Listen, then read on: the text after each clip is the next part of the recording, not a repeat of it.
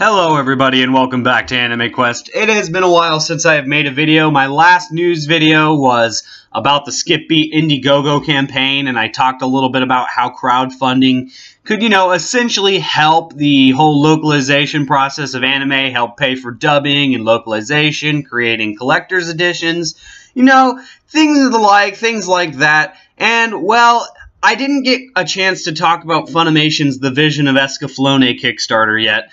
And that I actually didn't even hear about it until after I'd already seen the Skip Beat campaign.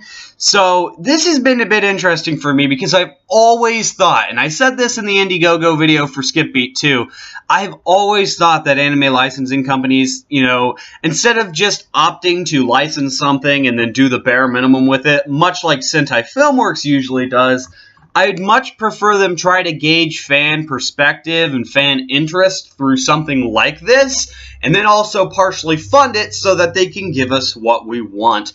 I know some people see it as like, being greedy, money grubbing, asking for more than they need, which I don't think they are asking for more than they need on this occasion, but honestly I don't know about the whole process in general and what goes into creating a dub and how much money goes into it, but that's not the point. I've never really cared about that. As long as, we were given what we want, I never had any problem supporting something like this. I did give money to this Kickstarter already. I know I was late talking about it, but I'm here to talk about just how much ass it is kicking right now. Holy shit.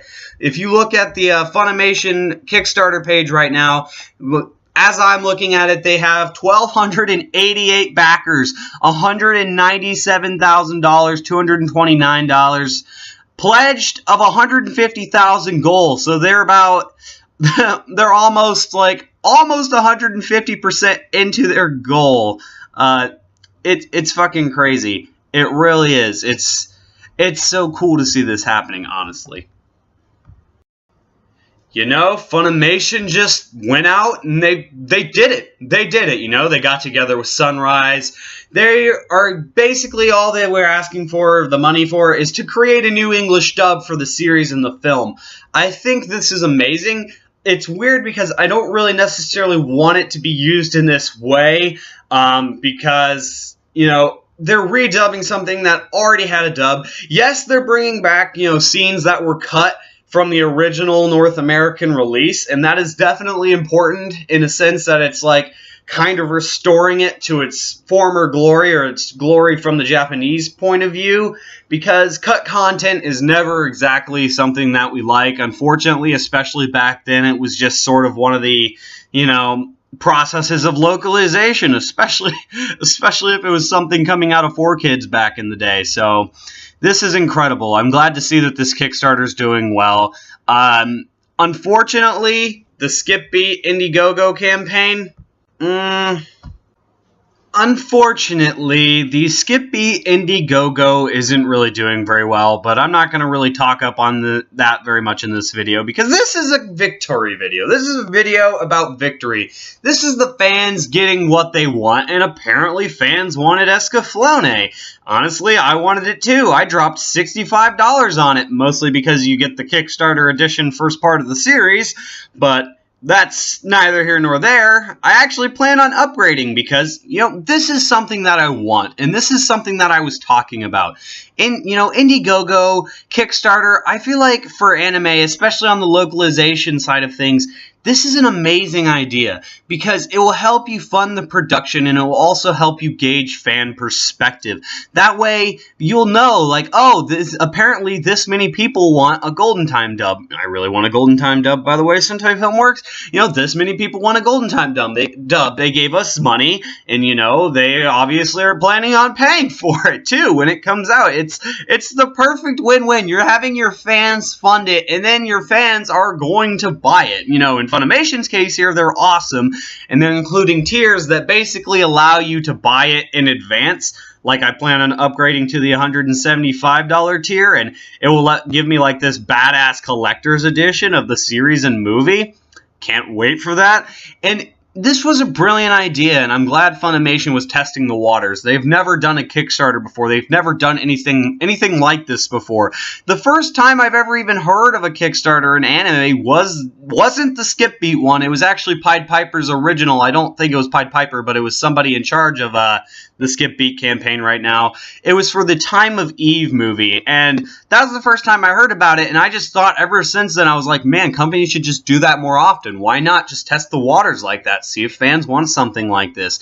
It's good to see this happening. Funimation kicked ass. They totally had the reach, you know, as far as popularity to get the people to fund this thing. I think, like, literally, their video only had 8,000 views, and then with like 1,000 backers, they basically already had their entire project funded. And they still have 22 days to go. In 22 days, they could definitely pull out a huge amount of money, like even bigger than they have now. You know, Skip Beat has about the same amount of time.